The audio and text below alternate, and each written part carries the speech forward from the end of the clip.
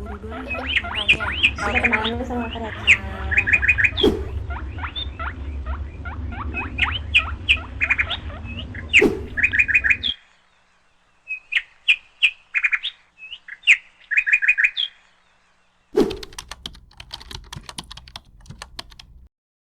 Kalau aku bakat itu ngedesain sebuah game sih.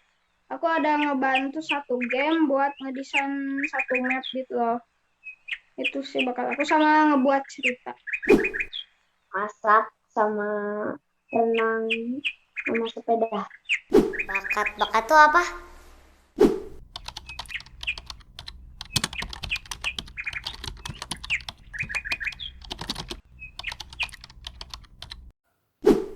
Itu penting banget. Jadi bagi kita orang tua juga bisa lebih fokus dalam pengembangan bakat anak ya. Jadi sumber energi, waktu, biaya juga lebih efisien bagi kita orang tua. Terus yang kedua bagi anak juga ya mungkin bisa lebih menikmati dalam proses belajar memperdalam bakatnya.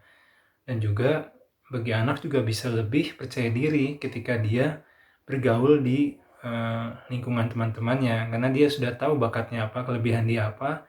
Jadi bisa lebih menunjukkan kepercayaan diri dia. Penting banget. Kenapa penting banget? Ya karena itu yang apa ya? Antara mengoptimalkan kelebihan dia dengan menutup kekurangan dia, saya lebih memilih yang mengoptimalkan kelebihan dia. Assalamualaikum warahmatullahi wabarakatuh. Salam kenal ayah bunda semua. Perkenalkan saya Lakso. Hari ini saya ingin mengajak ayah bunda semua berdiskusi tentang apakah memungkinkan bagi kita mengenali bakat anak sejak usia dini. Nah, biasanya ketika kami berinteraksi dengan beberapa orang tua, banyak orang tua yang masih salah kaprah memahami tentang apa itu bakat. Banyak orang tua yang menganggap bahwa yang namanya bakat itu hanya terkait dengan bidang olahraga, kesenian, ataupun keterampilan saja. Padahal yang namanya bakat itu jauh lebih luas daripada yang kita bayangkan. Nah, ada hal penting yang perlu dipahami oleh setiap orang tua sebelum mulai mencoba mengenali bakat anak-anaknya. Yang pertama adalah menerima bahwa anak-anak adalah pribadi yang unik. Every child is a limited edition, every child is special. Semua anak spesial, semua anak adalah pribadi unik yang diciptakan oleh Allah. Dan ini artinya kita sebagai orang tua harus siap menerima segala kelebihan dan kekurangan yang dimiliki oleh anak-anak kita. Sebagai gambaran saja, bahkan ketika ada sepasang anak kembar identik 100% pun, ketika mereka terlahir dari rahim yang sama, diasuh dengan pola asuh yang sama, orang tua yang sama, toh ketika mereka beranjak dewasa, mereka menjadi pribadi yang berbeda satu sama lain. Masing-masing anak ini tetap memiliki kelebihan dan kekurangannya masing-masing. Dan hal lain yang mungkin kita bisa juga jadikan sebagai contoh ketika kita berada di sebuah kelas bersama murid-murid yang lain, kita menerima pelajaran yang sama dari guru yang sama di waktu yang sama, tetapi ternyata pemahaman setiap murid-murid yang hadir saat itu pun berbeda-beda.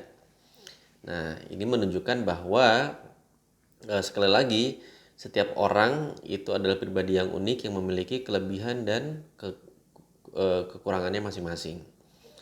Dan bagi para orang tua yang ingin mengenali bakat anaknya lebih sejak dini atau ingin mengenal anaknya lebih baik lagi, maka sebisa mungkin hindari menganggap bahwa yang namanya kelemahan pada diri anak itu adalah sebuah hal yang harus dihilangkan atau sebuah aib yang mesti disembunyikan. Tidak. Atau jangan sampai kita menganggap bahwa diri kita adalah standar terbaik bagi perkembangan anak-anak kita. Atau kita sampai beranggapan bahwa anak kita harus menjadi seperti yang kita inginkan. Nah, ini maksudnya bukan berarti kita tidak boleh menginginkan anak kita jadi anak soleh, bukan. Tapi maksudnya tentang peran-peran apa sih yang memungkinkan nanti di masa depan diambil oleh anak-anak kita. Kita tidak bisa mengklaim bahwa anak saya profesinya harus sama seperti saya. Tentu tidak.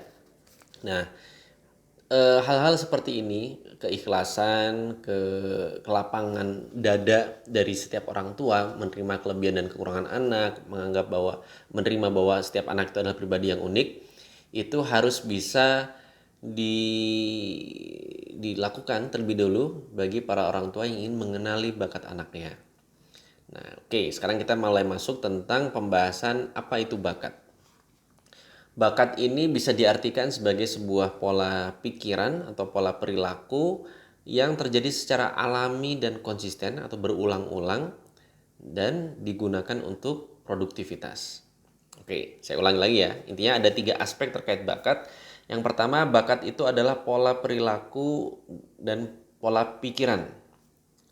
Yang kedua, yang namanya bakat itu terjadi secara alami dan konsisten atau artinya berulang-ulang dalam kondisi yang berbeda tapi menghasilkan respon yang sama gitu. Dan yang ketiga, yang namanya bakat ini itu yang terkait dengan atau digunakan untuk produktivitas, hal-hal yang bermanfaat. Oke. Nah, sekarang ketika kita sudah memahami tentang apa itu bakat, lalu bagaimana cara kita mengenali bakat? Simpelnya adalah kita akan bisa mengetahui bakat anak kita ketika kita melihat bagaimana anak kita merespon terhadap kondisi atau kejadian yang berbeda-beda. Sebagai contoh, kalau ada ayah bunda yang pernah mencoba tes alergi, biasanya pada bagian tubuh kita, contoh tangan gitu ya, tangan kita akan ditetesi dengan berbagai jenis alergen atau penyebab alergi, dan tubuh kita pun akan bereaksi untuk mengetahui ternyata alergi yang dimiliki oleh tubuh kita itu ternyata alergi yang jenisnya apa. Nah, kurang lebih sama seperti itu. Kalau kita ingin mengajak atau ingin mengenali anak kita sebenarnya bakatnya ada di mana, sebenarnya ya kita tinggal mengamati atau membersamai mereka ketika mereka menghadapi situasi yang berbeda-beda. Nah, kita lihat bagaimana responnya.